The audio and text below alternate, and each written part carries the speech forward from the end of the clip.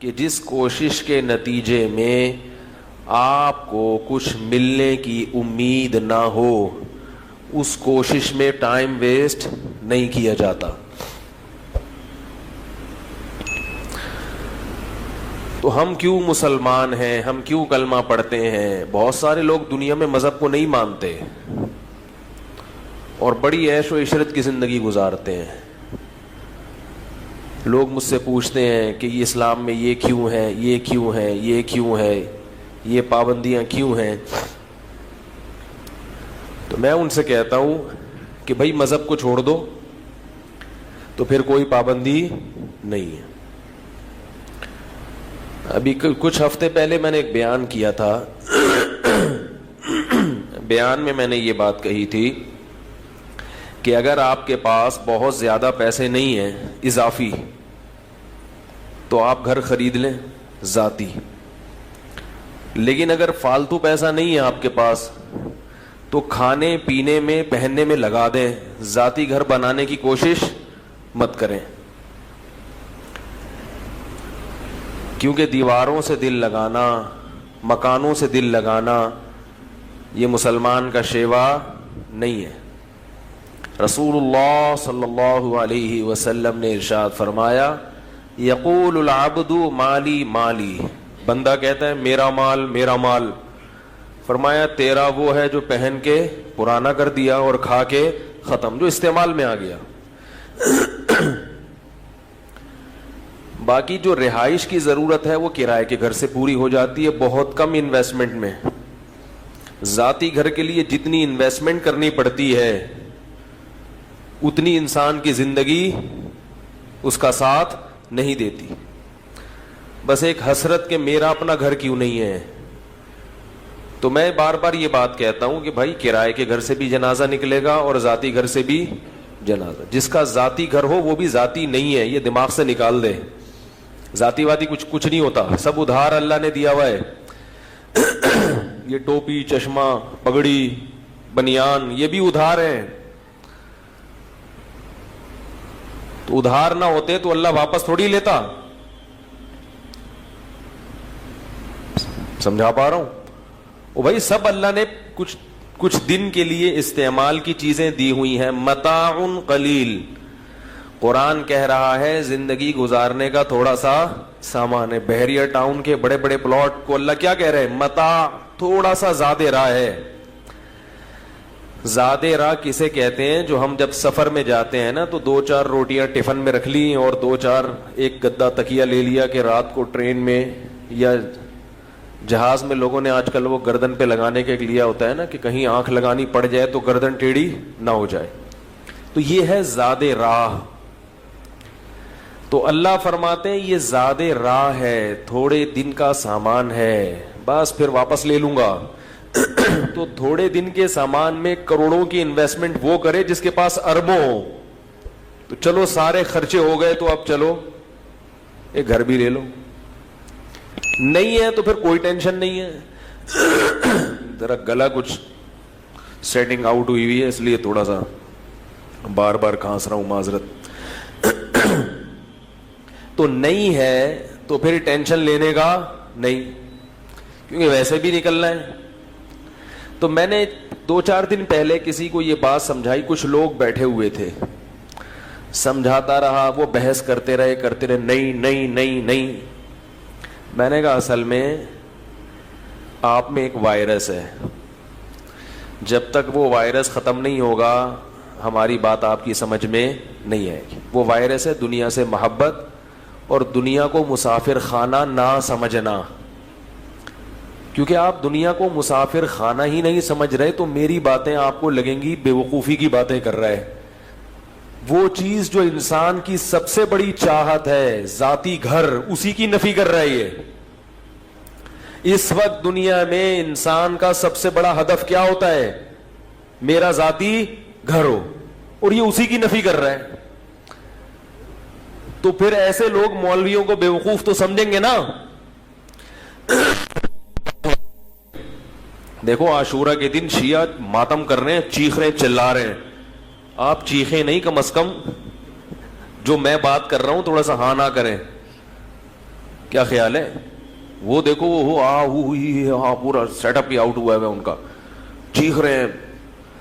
تو ہم نہیں کہتے چیخیں چلائیں, لیکن جب بیان ہو رہا ہو تو اپنا رسپانس تو ایسا دینا کہ کچھ تھوڑا سا لگے کہ آپ لوگ بات سن رہے ہیں. وہ شیعہ ذاکروں کی تقریریں سنیں کیسا ہاہو چل رہا ہوتا ہے. شیعہ ذاکر جو محرم میں ان کی جو تقریریں ہیں آپ دیکھیں مجمع شور کیسا مچاتا ہے, ایسے زبردست نعرے لگ رہے ہوتے ہیں, حالانکہ بہت سی باتیں خود پبلک کی سمجھ میں نہیں بھی آ رہی ہوتی, کہ وہ پتہ نہیں جھوٹے قصے روایتیں بھی پیش کر رہے ہوتے ہیں بعض ذاکر, یعنی کہ تقریباً تمام.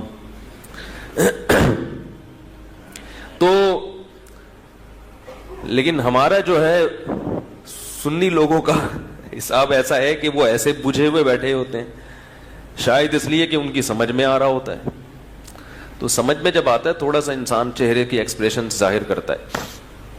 تو میں نے ان سے یہ کہا, میں نے کہا بھائی آپ چونکہ دنیا کو مسافر خانہ نہیں سمجھتے تو میری بات اس وقت سمجھ میں آئے گی جب آنکھیں بند ہونے لگیں گی. سمجھ رہے ہو؟ جب موت کا فرشتہ آئے گا آپ بولو گے یار اچھا میں نے کروڑوں روپے بچا کے بحریہ ٹاؤن میں اس لیے پلاٹ تھوڑی خریدا تھا کہ میری جنازے کو اٹھا کے قبر میں پھینکاؤ جا کے, تم نے اس لیے تھوڑی کیا تھا. تو اس وقت سمجھ میں آئے گی, لیکن وہ موت چونکہ ابھی سامنے نہیں ہے تو سمجھ میں نہیں آ رہا, اور واقعی نہیں آتا, اچھوں کی سمجھ میں نہیں آتا. اگر سمجھ میں آ جائے تو دنیا سدھر جائے. مائیکل جیکسن کی سمجھ میں یہی تو نہیں آ رہا تھا. مائیکل جیکسن نے ہاتھ پہ دستانے پہنے ہوئے تھے کہ تاکہ مسافہ کروں تو کسی کے جراثیم لگے نہیں. جب کسی سے ملاقات ہوتی تو منہ پہ ماسک چڑھا کے, کوئی گلے ملتے ہوئے چھینک مار کے کہیں جراثیم میری ناک میں بولو نا بھائی نہ پھینک دے. ڈاکٹروں کی ٹیم 24 گھنٹے اس کے ساتھ کہ کس وقت کون سا ٹیکا لگانا پڑ جائے حضرت جی کو. یہ ان کے حضرت جی تو وہی تھے نا, ان کے مائیکل جیکسن امریکہ والوں کا دامت برکاتہم بھی وہی تھا, نور اللہ مرقدبہ بھی وہی تھا. ٹھیک ہے نا, کیونکہ وہ اپنے حساب سے بزرگ دیکھتے ہیں, ان کے حساب سے وہی بزرگ ہے, وہی دنیا کا کامیاب ترین انسان. ڈاکٹروں کی ٹیم, آپ کہیں گے یہ عاشورہ کے دن کون سا بیان لے کے بیٹھ گیا. بھائی یہی تمام پیغمبروں کی تعلیمات ہیں جو میں آپ کے سامنے عرض کر رہا ہوں, یہی اہل بیت کی, یہی حضرت حسن حسین کی تعلیمات ہیں جو میں آپ کے سامنے, یہ اسلام کی روح ہے. یہ سمجھ میں نہیں آئی تو میرے بھائی پھر اپنی مرضی کے دین پہ چلنے سے کوئی کچھ بھی حاصل نہیں ہوتا. تو مائیکل جیکسن کے ساتھ ڈاکٹروں کی ٹیم. اور ایک عجیب بات آپ کو بتاؤں, مائیکل جیکسن اربوں روپے اس نے کمائے تو اس میں سے چند لوگوں کو وہ بہت پیسے دیا کرتا تھا صرف اس بات کے کہ میرے جسم کا کوئی آرگن اگر خراب ہو گیا تو آپ کو دینا پڑے گا. یہ انشورنس کا ایک ٹیکنیکل طریقہ. مثلا غفار بھائی کے گردے اس نے چیک کروائے, بڑے سیٹنگ پہ ہیں. ایک ان کا غفار بھائی, ہر جگہ ہوتے ہیں نا, وسیم بھائی, سلیم بھائی, غفار بھائی, وسیم, یہ تو ایک کردار ہے, کیریکٹر ہے, وہ اس کو کچھ اور نام دیتے ہوں گے. تو اس نے دیکھا کہ بھئی یہ غفار بھائی ہیں, یہ بڑے صحت مند ہیں, ان کے دونوں کڈنی بالکل فٹ فاٹ ہیں. تو مائیکل جیکسن نے اپنے غفار بھائی سے یہ ایگریمنٹ کیا کہ اگر مجھے کبھی, یعنی اپنے رشتہ داروں میں نا جس کے گردے میچ بھی کر رہے ہوں, وہ تو ڈاکٹر دیکھتے ہیں نا کہ بھئی یہ میچنگ کے بھی ہیں, تو اس کو خرید لیا کہ میں آپ کو ہر مہینے اتنے ڈالر دوں گا, اگر میرے گردے ناکارہ نہیں ہوئے تو یہ آپ کو غریبی میں یہ بچت ہو گئی, اور اگر ناکارہ ہو گئے تو ایک کڈنی آپ کو اپنا مجھے دینا پڑے گا. اتنی فکر کوئی زندہ رہنے کی کرتا ہے؟ بولو بھائی. اسی طرح اور بھی جو پارٹس ہیں باڈی کے, کہا جاتا ہے کہ مائیکل جیکسن کہتا تھا کہ میں 150 سال تک زندہ رہ کے دکھاؤں گا. کیونکہ ظاہر ہے جب بھی کوئی بیماری آتی ہے تو ہم تو ہسپتال اکثر ہم اس لیے مرتے ہیں کہ ہسپتال پہنچنے میں دیر ہو جاتی ہے, ٹریفک جیم ہو گیا, کوئی جلوس آ رہا ہے راستے سے, لبیک یا رسول اللہ والے یہاں سے ٹرن مارتے ہوئے جا رہے تھے تو ادھر لبیک یا رسول اللہ میں 3-4 آدمی مر گئے. تو ہمارے یہاں تو یہ مسائل ہیں, یا کوئی اسٹرائک ہے, کوئی ہڑتال ہے, لیکن اس کے ساتھ یہ مسائل بھی نہیں تھے, کیونکہ ڈاکٹر جو خود ڈاکٹر, ان میں سے ہر ایک ڈاکٹر پورا ہاسپٹل تھا. وہ ایسے کوئی چھوٹے موٹے ڈاکٹر تھوڑی تھے, وہ ان کے دامت برکاتہم کے ڈاکٹر تھے.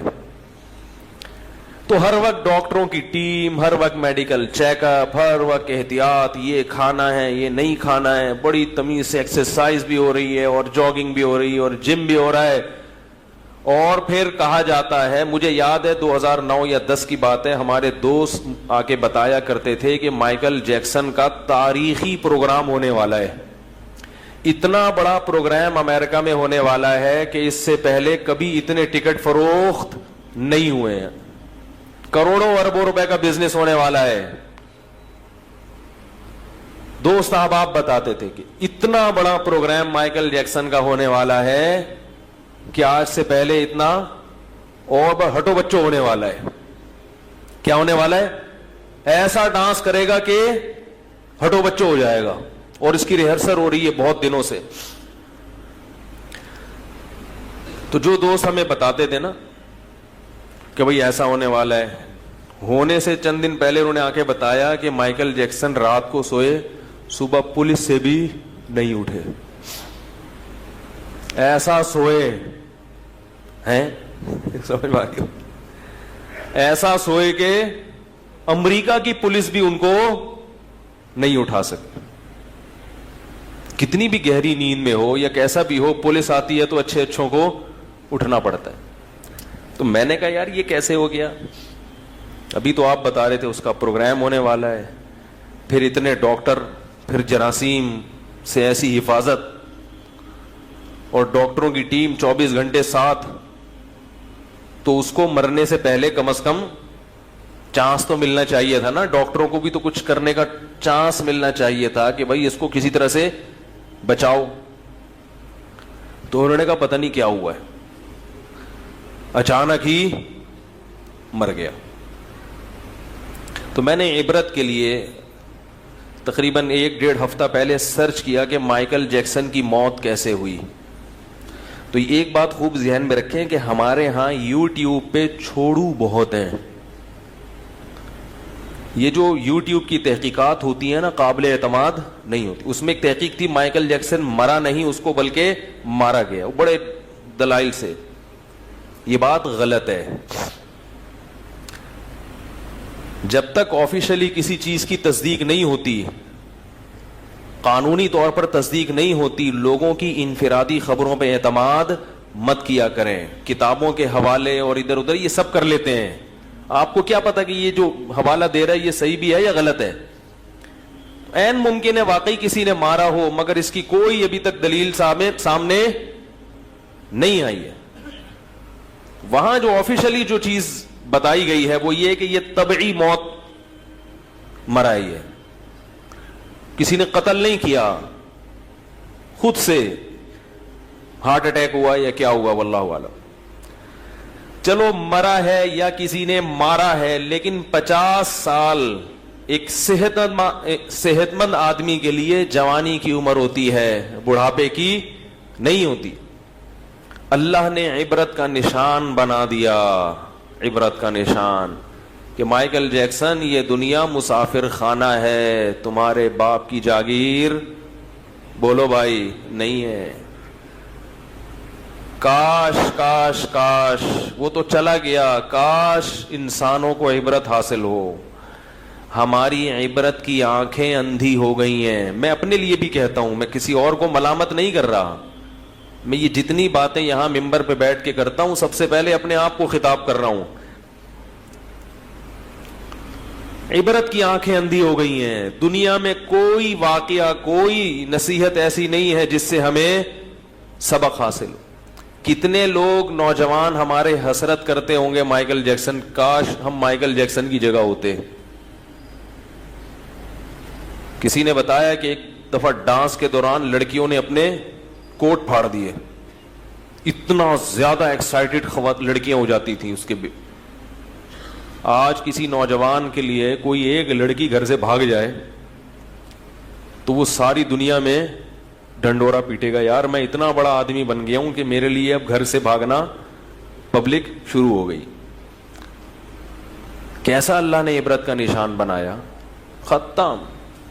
مائیکل جیکسن دنیا سے, بولو بھائی, ختم, مٹی. اب ڈانس کرو اندر قبر میں, لوگ اس کی قبر پہ پھول چڑھا رہے ہیں, کیا کیا کر رہے ہیں, لیکن اس سے مائیکل جیکسن کی ذات کو کوئی فائدہ نہیں ہو رہا. ثم ردوا الى الله مولاهم الحق الا له الحكم وهو اسرع الحاکمین احکم الحاکمین. فرمایا کہ اس کے بعد اب تمہیں اس رب کی طرف لوٹایا جائے گا جس نے تمہیں پانی کے ایک ناپاک قطرے سے پیدا کیا تھا. اللہ اس موقع پہ فرماتے ہیں الا, خبردار, خبردار, ہوشیار, سنو, لہ الحکم, حکومت کس کی ہے؟ اسی کی ہے, اور وہ بہت جلد فیصلہ کرنے والا ہے کہ کون صحیح ٹریک پر چلا تھا اور کون غلط ٹریک پر چلا تھا. یہ فیصلہ کس نے کرنا ہے؟ اللہ نے کرنا ہے. یہ فیصلہ میرے اور آپ کے اختیار میں نہیں ہے کہ ہم خود سے کسی راستے کو صحیح کہہ دیں اور کسی راستے کو غلط کہہ دیں. ہماری نظر میں صحیح راستہ وہ ہے جس کو پبلک اچھا سمجھتی ہے. پبلک فنکاروں, اداکاراؤں کی زندگی کو کامیاب لائف سمجھتی ہے, اسی وجہ سے سب اسی کی طرف جانے کی کوشش کر رہے ہیں. لیکن اللہ اس راستے کو جہنم کا راستہ قرار دیتا ہے, کیونکہ اس ٹریک پر چل کر انسان اپنے پیدا کرنے والے سے غافل ہوتا ہے. بات سمجھ میں آ رہی ہے میں جو سمجھانا چاہ رہا ہوں؟ یہ وہ ٹریک ہے جس پہ چل کے انسان کس سے غافل ہوتا ہے؟ ناچنے والے, ڈانس کرنے والے, گانے والے, یہ اللہ سے سب سے زیادہ دور ہوتے ہیں. حتیٰ کہ جو قوالیاں پڑھنے والے ہیں نا, وہ بھی اللہ سے دور ہوتے ہیں. موسیقی آپ کو اللہ سے دور کرتی, اللہ کے قریب نہیں کرتی. تو میں یہ عرض کر رہا تھا میرے بھائی کہ کچھ چیزیں ایسی ہوتی ہیں کہ وہ سمجھ میں آئیں گی تو پھر اگلی عمارت اس پہ کھڑی ہوگی. دنیا کا مسافر خانہ ہونا ہی کسی کی سمجھ میں نہیں آ رہا تو اسے یہ بحث کے ذاتی مکان کوئی ضرورت نہیں ہے. یہ کہاں سے سمجھ میں آئے گا اسے؟ میں بار بار بتا, غیر مسلم ہے, اپنے آپ کو کافر نہیں کہتے تو ہمیں کوئی غیر مسلم کہیں, کیونکہ اسلام محمد صلی اللہ علیہ وسلم کا لایا ہوا دین ہے, اس میں ہم ڈاکہ برداشت نہیں کریں گے. کسی ایسی چیز کو اسلام کہا جائے جو اسلام نہیں ہے, یہ قابل برداشت نہیں ہے. لہذا جو قادیانی ہیں وہ غیر اسلام کو اسلام کہہ رہے ہیں, وہ اس دین کو اسلام کہتے ہیں جو مرزا قادیانی ملعون لے کر آیا, جبکہ ہم یہ کہتے ہیں کہ وہ شریف انسان نہیں تھا, پیغمبر ہونا تو اس کے بعد کی چیز ہے. بار بار یہ دعویٰ کرتا ہوں, کوئی بھی قادیانی کسی بھی ختم نبوت کی تنظیم سے متعلق کسی بھی عالم کے پاس لے آؤ, میرے پاس لے آؤ, انشاءاللہ میں اسے قائل کروں گا. اس پر وہ مناظرہ کرے, اس پر وہ بحث کرے, اس پہ ڈیبیٹ کرے کہ مرزا غلام احمد قادیانی کو شریف انسان ثابت کر کے دکھا دو. شریف انسان. نبوت سے پہلے کیا ہے شرافت؟ آپ صلی اللہ علیہ وسلم نے جب نبوت کا دعویٰ کیا تو آپ نے پہلے کیا کہا کہ کبھی مجھے جھوٹ بولتے ہوئے دیکھا تم نے؟ بتاؤ میں کیسا ہوں؟ لوگوں نے کہا آپ صادق اور امین ہیں. پہلے اپنا اچھا انسان ہونا ثابت کیا جاتا ہے, نبوت اس کے بعد کی چیز ہے. ابو سفیان نے جب وہ غیر مسلم تھے, کافر تھے, اس وقت تقریر کے دوران کہا کہ ہم نے محمد صلی اللہ علیہ وسلم کو کبھی جھوٹ بولتے ہوئے 40 سال میں کبھی نہیں دیکھا, جھوٹ بولتے ہوئے, کبھی امانت میں خیانت کرتے ہوئے نہیں دیکھا. حضرت خدیجہ نے 40 سال کی عمر میں 25 سال کے نبی سے جو نکاح کیا, وہ کیوں؟ ایماندار ہونے کی وجہ سے. حضرت خدیجہ کے پاس پیسہ تھا مگر اس پیسے کو کاروبار میں لگانے کے لیے کوئی ایماندار انسان نہیں مل رہا. جیسے کہ انویسٹر کو کوئی ایماندار انسان چاہیے ہوتا ہے, تو اس نے حضرت خدیجہ رضی اللہ تعالی عنہ نے کس کی سلیکشن کی ہے؟ محمد صلی اللہ علیہ وسلم کے. حالانکہ ان کے پاس رشتوں کی کمی نہیں تھی, رشتوں کی کمی نہیں تھی. تاریخ کی کتابوں میں ہے خطبہا اشراف قوم, حضرت خدیجہ جب بیوہ ہوئی ہیں قوم کے سرداروں نے نکاح کے پیغام بھیجے ہیں, لیکن انہوں نے کس کو پسند کیا؟ محمد صلی اللہ علیہ وسلم. کیوں؟ اس میں ایک حکمت یہ بھی تھی کہ کاروبار کے لیے کوئی ایسا شخص چاہیے تھا جو ان کے مال کی حفاظت کر سکے. تو مرزا غلام احمد قادیانی کا صادق اور امین ہونا تو دور کی بات, شریف انسان ہونا قادیانی ثابت نہیں کر سکتے. یاد رکھو, میں قادیانیوں سے ایک بات کہتا ہوں کہ اللہ کی آگ بہت سخت ہے جو اللہ نے نافرمانوں کے لیے تیار کر کے رکھی ہے. تم پروپیگنڈے میں مت آؤ, کسی عالم کے, صحیح عالم کے پاس بیٹھو اور اس کے ڈیبیٹ کرو, اس سے بحث برائے بحث کی نیت سے نہیں, حق کی پہچان کی نیت سے. اللہ کی قسم تمہارے سامنے مرزا غلام احمد کا جھوٹا ہونا ثابت ہو جائے گا. اور یہ خوابوں پہ اور الہاموں پہ مت چلو. میں جب اسکول پڑھتا تھا کچھ قادیانی تھے کلاس فیلو, یہ چھوٹے سی کر کے میں اپنے اصل ٹاپک کی طرف آتا ہوں, یہ درمیان میں بات آ گئی ہے تو اس کو جلدی سے کمپلیٹ کر لو. قادیانی زیادہ تر الہاموں پہ اور خوابوں پہ چلتے ہیں کہ مجھے خواب میں مرزا غلام احمد کی بشارت ہوئی یا محمد صلی اللہ علیہ وسلم کی بشارت ہوئی, انہوں نے فرمایا یہ نبی ہے. اس طرح کی چیزوں پہ چلتے ہیں. خواب اور الہام کبھی بھی حجت, بولو بھائی, نہیں ہو سکتا. خواب الہام کبھی بھی حجت نہیں ہو سکتا. اللہ کے نبی کہہ دیتے صحابہ سے کہ تم سب کو خواب آئے گا رات کو کہ میں کیا ہوں؟ سچا ہوں. خواب جھوٹے کے بارے میں بھی آتا ہے اور سچے کے بارے میں بھی آتا ہے. اسلام میں خواب نبوت کا 46واں حصہ ہے, عین نبوت نہیں ہے. 46واں حصہ بہت اس میں جو حقیقت ہے وہ بہت سمٹ کے تھوڑی رہ جاتی. کبھی کبھار سچے خواب بھی آ جاتے ہیں مگر خوابوں پہ کبھی بھی شریعت کا مدار نہیں ہوتا. یہ شیطان کی طرف سے بھی ہوتے ہیں خواب. گراؤنڈ ریئلٹی کو دیکھ کر فیصلہ کیا جاتا ہے. کبھی بھی خوابوں کی بنیاد اور الہاموں کی بنیاد پہ شریعت کے مسائل چینج نہیں ہوتے. ایک آدمی کا دلائل کی دنیا میں جھوٹا ہونا ثابت ہو گیا, روزانہ خواب میں فرشتہ آ کے کہے نا یہ سچا ہے, آپ کبھی بھی اس کے ساتھ کاروبار نہیں کرو گے. آپ بولو گے فلاں کے پیسے بھی لے کے بھاگا, فلاں کے بھی لے کے بھاگا, فلاں کے بھی لے کے بھاگا, تو میں خواب کی بیس پر 1 کروڑ اس کے حوالے کر دوں, ایسا کبھی بھی نہیں کرو گے آپ. تو خوابوں کی بیس پر اپنا پیسہ کسی کے حوالے نہیں کیا جاتا. کسی جھوٹے کو سچا نبی کیسے مان لیا جاتا ہے بھائی؟ کیونکہ میں قادیانیوں کے ساتھ اٹھا بیٹھا ہوں بچپن میں, مجھے اندازہ ہے کہ یہ کن چیزوں کو فوکس کرتے ہیں. خواب الہام, خواب میں سویا تو مجھے یہ آ گیا, میں اٹھا تو پورا دین اس پہ چل رہا ہے. اور ہمارے ہاں بھی بہت سے بدعتیوں کا دین خوابوں اور الہاموں پہ چل رہا ہے. حضرت جی آئے تھے مجھے خواب میں, حضرت جی نے یہ بولا, حضرت جی نے وہ. میں کہتا ہوں اللہ کا واسطہ تو سو جایا کر آرام سے.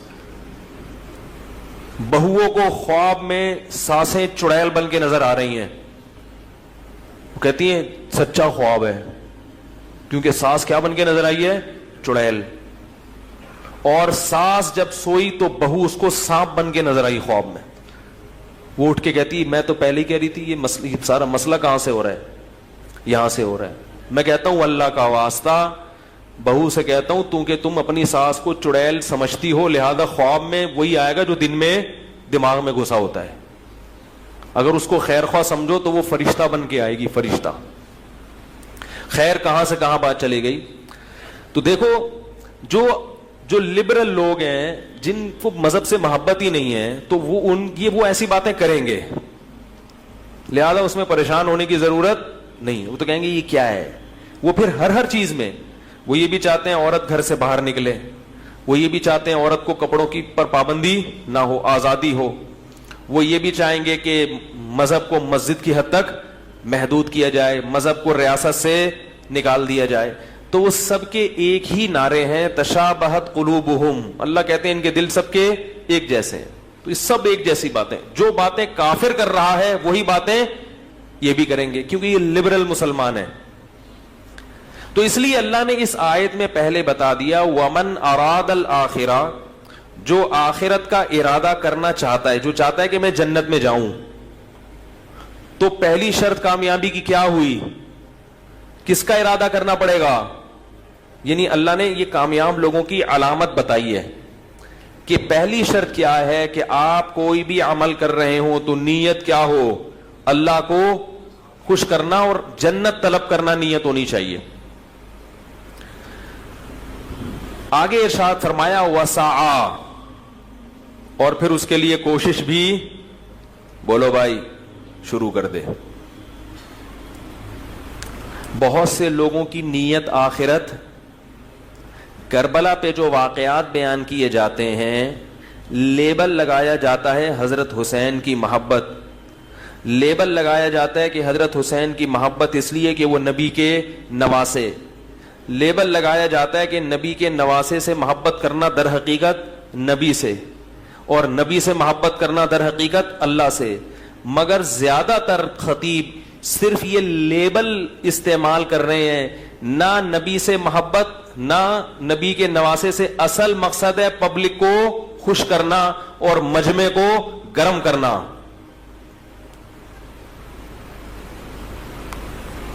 اور کوئی مقصد نہیں ہے, میں سب کی بات نہیں کر رہا, لیکن محرم میں اکثر جو غلو کیا جاتا ہے اس سے اللہ کی رضا مقصد نہیں ہوتی, کیونکہ اللہ اس قسم کی چیزوں سے راضی نہیں ہوتے. قرآن اٹھا کے دیکھو, قل تعالوا اتل ما حرم علیکم ربکم, اے نبی ان سے کہہ دو آؤ میں تمہیں بتاتا ہوں کہ تمہارا رب کن چیزوں سے خوش اور کن چیزوں سے ناراض ہوتا ہے. کتنا پیارا انداز ہے قرآن کا. مشرکین مکہ بھی اللہ کو خوش کرنے کے لیے کچھ عجیب عجیب کام کیا کرتے تھے. اللہ نے سب پہ رد کر کے کہا کہ تعالو, عربی میں ایک لفظ استعمال ہوتا ہے ایتی, ایتی کا مطلب ہے ادرا, کہتے ہیں نا اتھیا, یہ تھوڑا سا مہذب لفظ نہیں ہے.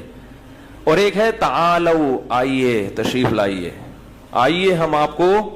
یہ آئیے کا لفظ کب کہا جاتا ہے کہ یار ادھر ادھر سے ہٹ جاؤ, وہ جو تمہیں تمہارے کان بھر رہا ہے, وہ تمہیں تو گنتیاں سکھا رہا ہے, ان سب سے ہٹ کے ادھر آؤ, اکیلے میں کبھی چھاؤں میں آؤ, ٹھیک ہے نا, سائیڈ پہ ملو, میں تمہیں اکیلے میں مل کے پھر سمجھاؤں گا کہ میں کن چیزوں سے خوش ہوتا ہوں اور کن چیزوں سے ناراض ہوتا ہوں. جیسے کوئی کسی کو خوش کرنے کی کوشش میں لگا ہوا ہو, لیکن جس کو خوش کر رہا ہے وہ اس سے اور پریشان ہو رہا ہے, تو وہ جذبہ دیکھ کے کہے گا یار تم خامخواہ میں اپنی صلاحیتیں ضائع کر رہے ہو, آؤ ذرا میں تمہیں خود بتا دوں کہ کیا کرنا ہے اور کیا نہیں کرنا. تو اللہ کیا فرماتے ہیں, تعالو, آؤ آؤ ہم تمہیں بتاتے ہیں کیا کرنا ہے. اللہ تشرکو بہ شیئا, اگر مجھے خوش کرنا چاہتے ہو سب سے پہلا کام کیا ہے, میرے ساتھ کسی کو شریک, یا حسین مدد, یا علی مدد, یا رسول اللہ مدد. یہ کیا ہے؟ میں کسی کو پہ کفر کے فتوے نہیں لگاتا, لیکن کیا یہ شرکیہ نعرے نہیں ہیں؟ کبھی دیکھا امام حرم کو یا رسول اللہ مدد کا نعرہ لگاتے ہوئے؟ جو سعودی عرب جاتے ہیں, پورے عرب کنٹری میں دیکھا, یو اے ای میں کہیں دیکھا, ابو ظہبی میں, دبئی میں, شارجہ میں, سعودی عرب میں, ملیشیا میں, ترکی میں, کہیں بھی نہیں ہے. تو یہ کون سا اسلام ہے جس میں آپ اللہ کو بھی پکار رہے ہیں اور اللہ کے ساتھ ساتھ دوسروں کو بھی؟ قرآن کے ذکر اللہ وحدہ اشمئزت قلوب الذین لا یؤمنون بالآخرہ وَإِذَا ذُكِرَ الَّذِينَ مِن دُونِهِ إِذَا هُمْ يَسْتَبْشِرُونَ. فرمایا جب صرف اکیلے اللہ کی توحید بیان کی جاتی ہے کہ اسی سے ہوتا ہے, تو آپ دیکھو گے جن کا آخرت پر پکا ایمان نہیں ہے ان کے دل تنگ ہونا شروع ہو جاتے ہیں کہ یہ کیسی باتیں ہو رہی ہیں ممبر سے, یہ مفتی کو کیا ہو گیا, یہ کیا کہہ رہا ہے کہ صرف اللہ, یہ اللہ کہہ رہے ہیں اشمئزت, دل تنگ ہوتے ہیں. وَإِذَا ذُكِرَ الَّذِينَ مِن دُونِهِ, فرمایا جب اللہ کے علاوہ دوسروں کا تذکرہ شروع ہو جاتا ہے, اذا ہم یستبشرون, ان کی بانچیں کھل جاتی ہیں. اسلام توحید کے معاملے میں کوئی کمپرومائز, بولو بھائی, نہیں کرتا. اللہ غیرت کے خلاف سمجھتے ہیں اس کو. اسباب سے ہٹ کے مدد کا اختیار کس کے پاس ہے؟ اللہ کے پاس اور کسی کے پاس نہیں ہے. کبھی اہل بیت سے مانگ رہے ہیں, کبھی نبی سے مانگ رہے ہیں, کبھی فلانے سے مانگ رہے ہیں, کبھی قبر پہ جا کے مانگ رہے ہیں. تو بھائی ان چیزوں سے اللہ خوش نہیں ہوتا. اور آگے اللہ نے ارشاد فرمایا وَبِالْوَالِدَيْنِ احسانا. اللہ کے بعد سب سے بڑا حق کس کا ہے؟ باپ کا اور ماں کا. اس کے بعد قرآن نے بیان کیا آتی ذی القربى حقہ, اہل قرابت کو ان کا حق دو. جو لبرل لوگ ہیں نا, جو دین سے دور ہیں, میں عجیب بات آپ کو بتاؤں, وہ قرآن کے اور اسلام کے اس نظریے سے بلکہ فطرت کے اس نظریے سے اتنا ہی دور ہیں. آپ جاؤ گوروں میں, سب سے دور کس سے ہیں؟ اللہ سے. حالانکہ قرآن سب سے پہلے کس کو بیان کرتا ہے؟ بولو نا, اللہ کو. جو لبرل لوگ ہیں نا, وہ اللہ کے علاوہ ہر ایک کی سنتے ہیں. کہہ رہے ہیں نا عاطف میاں کو بحال کرو, ان سے کبھی آپ بیٹھ کے بات کرو تو اللہ کے علاوہ ہر ایک کی بات یہ غور سے سنیں گے. ان کو بتاؤ عمران خان کا یہ بیان ہے, منفذ الرحمان نے یہ کہا, نواز شریف نے یہ کہا, اچھا اس پہ تبصرہ ہوگا اللہ کا یہ حکم ہے. یہ کیا ہوتا ہے بھائی؟ یہ کیا باتیں کر رہے ہو؟ اللہ کا حکم, یہ کہاں سے مولوی کہاں سے آ گیا درمیان میں؟ بھائی مولوی نہیں کہہ رہا, قرآن. بھائی قرآن کیا ہوتا ہے؟ بھائی نبی نے فرمایا چھوڑو یار یہ مسجد کی باتیں, مدرسے کی باتیں, اس قسم کی باتیں ہمارے سامنے نہیں کیا کرو. مذہب کی باتیں ان کو وہاں سائڈ پہ رکھو. یہ ہوتا ہے کہ نہیں ہوتا؟ آپ اس کو بتائیں گورنمنٹ کا یہ قانون ہے, سنے گا. اقوام متحدہ کا یہ قانون ہے, سنے گا. اللہ کا قانون ہے, نہیں سنے گا. قرآن نے ان لوگوں کی کیفیت بھی بیان کی ہے. فلا صدق ولا صلی ولكن كذب وتولى ثم ذهب الى اهله يتمطع اولا لك فاولا ثم اولا لك فاولا. فرمایا جب اس کی موت کا وقت آئے گا میں اسے کہوں گا کہ نہ تو نے میری آیات کو غور سے سنا, نہ ان کی تصدیق کی. تیرے سامنے جب میری آیات اور میرے احکام بیان کیے جاتے تھے, منہ پھیر کر تکبر کے ساتھ اپنے گھر کی طرف چلا جاتا تھا. اولا, اللہ فرماتے ہیں تباہ ہو جائے تو, لکا فاولا, پھر ہم کہتے ہیں برباد ہو جائے تو, ثم, پھر ہم کہتے ہیں اولا, تو تباہ ہو جائے, ثم اولا لکا فاولا, پھر ہم کہتے ہیں تو تباہ ہو جائے. ایحسب الانسان ان یترک سدی, تو نے کیا یہ گمان کر رکھا تھا کہ میں نے تجھے پانی کے قطرے سے پیدا کیا؟ پیدا جب کیا تو ماں کی چھاتیوں میں دودھ کے چشمے جاری کر دیے. ایک تجھے خیر خواہ باپ دیا, ایک ماں دی, ماحول دیا, پھر آسمان سے تیرے لیے بارشیں برسائیں, اور پھر تیرے لیے زمین کو پھاڑ کر نباتات پیدا کیے, اور پھر تجھے طرح طرح کے میوے کھانے کو دیے. جب تو بلوغت کی دہلیز پہ قدم رکھتا ہے تیرے لیے ایک زوجہ پیدا کر دی, عورت پیدا کی جس سے تو سکون حاصل کرتا ہے. جعل لکم من ازواجکم بنین وحفدا, پھر اس سے تجھے اولاد دی تیرے بڑھاپے میں کام آئے.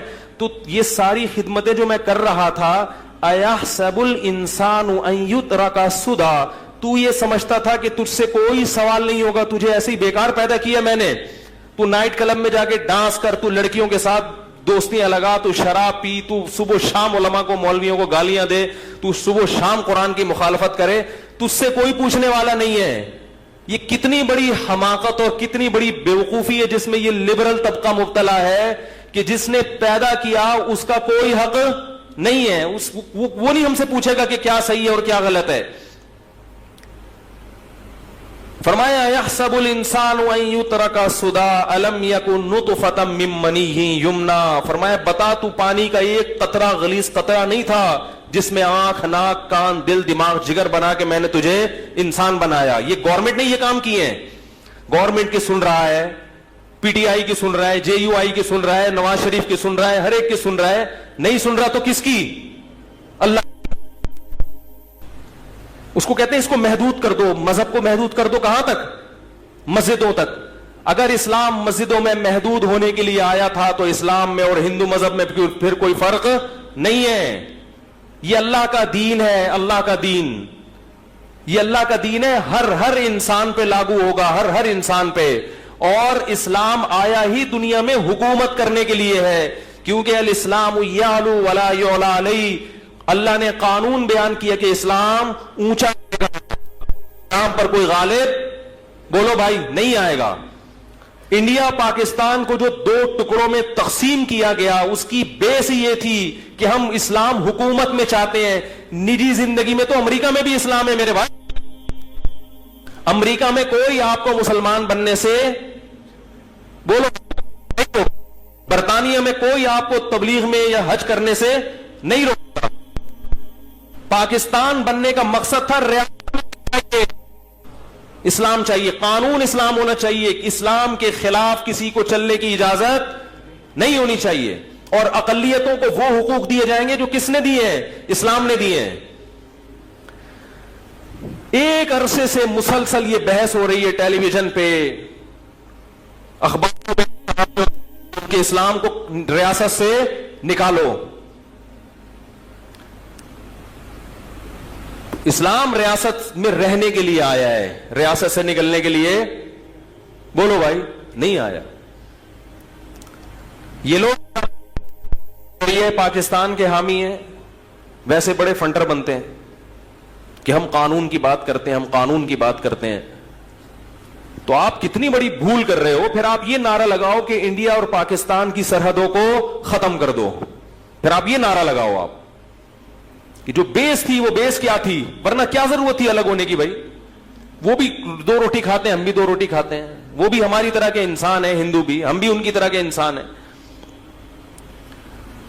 تو اللہ نے قرآن میں فرمایا وَمَنْ أَرَادَ الْآخِرَةَ، جو آخرت کے لیے کوشش ارادہ کرے گا، نیت صحیح کرے. دوسری کامیابی کی علامت وَسَعَى، اور پھر اس کی کوشش بھی کرے. بیٹھے بیٹھے کچھ بھی حاصل نہیں ہوتا، قوالیوں سے جنت میں داخلہ نہیں ہوتا. اس شرط ایمان مصطفیٰ سے والہانہ پیار ہے. شاعر نے کہا ہے کہ مصطفیٰ صلی اللہ علیہ وسلم سے جب تک والہانہ پیار نہیں ہوگا آپ کا ایمان مقبول نہیں ہوگا. لیکن آگے بڑی پتے کی بات کی، پیار لیکن پیر بھی ہے، پیر بھی دشوار ہے. محبت نام ہے کس کا؟ بولو بھائی اتباع کا. اہل بیت سے محبت اہل بیت کی اتباع کا نام ہے. اہل بیت کبھی مرثیے، جو اہل بیت کربلا میں شہید ہوئے، تو جو اہل بیت کربلا میں موجود نہیں تھے وہ ان کی شہادتوں پہ انہوں نے ماتم بولو بھائی نہیں کیا. یہ کس کو خوش کر رہے ہو بھائی؟ تو وسعا، قرآن کہتا ہے کوشش بھی کی، کوشش کی اس نے. اور آگے بڑے عجیب الفاظ ہیں، وسعا لہا سعیہا، آخرت والی کوشش کی. کیا مطلب؟ آپ جنت میں جانے کی کوشش تو کر رہے ہیں مگر اخپل طریقے سے. پشتوں میں کیا کہتے ہیں بولو بھائی؟ اخپل طریقے سے. تو جتنی مرضی کوشش کر لو وہ معتبر، بولنے میں کوئی ٹیکس نہیں ہے، وہ کوشش معتبر نہیں ہے. جتنی مرضی کر لیں. لوگ کہتے ہیں اس میں حرج کیا ہے؟ بھائی حرج یہ ہے کہ اللہ اس کے رسول نے یہ کوشش نہیں بتائی. یہ جو آج کل محرم اور ربیع الاول میں کوششیں ہو رہی ہیں، یہ اللہ اس کے رسول کی بتائی ہوئی کوششیں نہیں ہیں، یہ اپنی بنائی ہوئی کوششیں ہیں. ہر کوشش کے لیے قرآن و سنت سے ثبوت چاہیے. اگر اللہ اس کے رسول نے نہیں بتایا، کتنا ہی مزین لیبل لگا کے اس پر کرو، اللہ کی نظر میں وہ کیا ہے؟ مردود. صحیح حدیث من احدث فی امرنا ھذا ما لیس منہ فہو رد وفی روایت فہو مردود. جس نے ہمارے دین میں کوئی ایسا طریقہ نکالا جس پر ہمارا عمل نہیں تھا تو وہ کیا ہے؟ مردود. لوگ کہتے ہیں اس میں حرج کیا ہے. وہ ایک کچھ دن پہلے وہ نماز جنازہ، حضرت مولانا طارمی صاحب اللہ ان کی انہیں برکت دے، انہوں نے کہیں جنازہ کے بعد دعا مانگ لی. کہیں کون سی کلثوم نواز جو ہیں ان کا جنازہ پڑھایا، اللہ ان کی مغفرت فرمائے. کلثوم نواز کی، مولانا طارمی صاحب تو زندہ ہیں ابھی. تو وہ لوگ میرے گلے پڑ گئے. لوگ کس کے گلے پڑ گئے؟ تو بھائی انہوں نے پڑھایا، ان سے پوچھو، میں نے تھوڑی پڑھایا. ان کی کیا مجبوری تھی وہ بہتر جانتے ہیں، میں اس پہ تبصرہ نہیں کروں گا. لیکن نماز جنازہ کے بعد دعا کرنا سنت سے ثابت نہیں ہے. سنت سے ثابت نہیں ہے. لوگ اس کو سنت سمجھ, ان کے عمل کی وجہ سے, ان کو کیا مجبوری تھی, کس دباؤ میں تھے یا کیا تھا, وہ ہمارا ہیڈک نہیں ہے, وہ کس کا ہیڈک ہے. بعض دفعہ انسان پر اتنا دباؤ ہوتا ہے, اتنا مجبور ہوتا ہے کہ وہ خود بہتر جانتا ہے, اس کے بارے میں کوئی تبصرہ نہیں کروں گا. لیکن جو چیز سنت سے, کیونکہ ان کے اس عمل سے بہت سے لوگ یہ بھی سمجھ رہے ہیں کہ یہ طریقہ کیا ہے, سنت ہے. کچھ دن پہلے جو ہے نا واٹس ایپ پہ جب یہ واقعہ ہوا ہے تو کسی نے دلائل لکھ کے بھیجے نماز جنازہ کے بعد دعا کے دلائل میں کوئی بہت بڑے مفتی تھے جن کا یہ حوالہ دیا گیا کہ بھئی وہ دلیل یہ دے رہے تھے کہ اسلام میں اصل اباحت ہے, جواز ہے, جب تک پابندی نہیں ہوگی اس کو ہم کیا کہیں گے, جائز. تو نماز جنازہ کے بعد دعا پر چونکہ شریعت میں کوئی پابندی نہیں ہے لہذا ہم اس کو کیا کہیں گے, جائز. تو یاد رکھو نبی صلی اللہ علیہ وسلم نے فجر کی نماز میں کتنی رکعتیں پڑھی ہیں, 2 فرض پڑھے ہیں. تیسری سے منع کرنا کسی بھی حدیث سے ثابت, بولو بھائی, نہیں. آپ کہہ سکتے ہیں ایک دفعہ آپ نے عصر میں اضافی رکعت پڑھائی تھی تو سردہ سہو کیا تھا, اس سے پتہ چلتا ہے کہ 1 رکعت زیادہ ہوگی تو کیا ہوگا, یہ غلط ہے. تو کہیں بھی ایسا نہیں ہے کہ 1 رکعت میں 2 سردوں سے زیادہ سے آپ صلی اللہ علیہ وسلم نے منع کیا ہو. کوئی ایسی حدیث دکھا دیں جس میں 2 کے بعد تیسرے سردے سے نبی نے منع کیا ہو.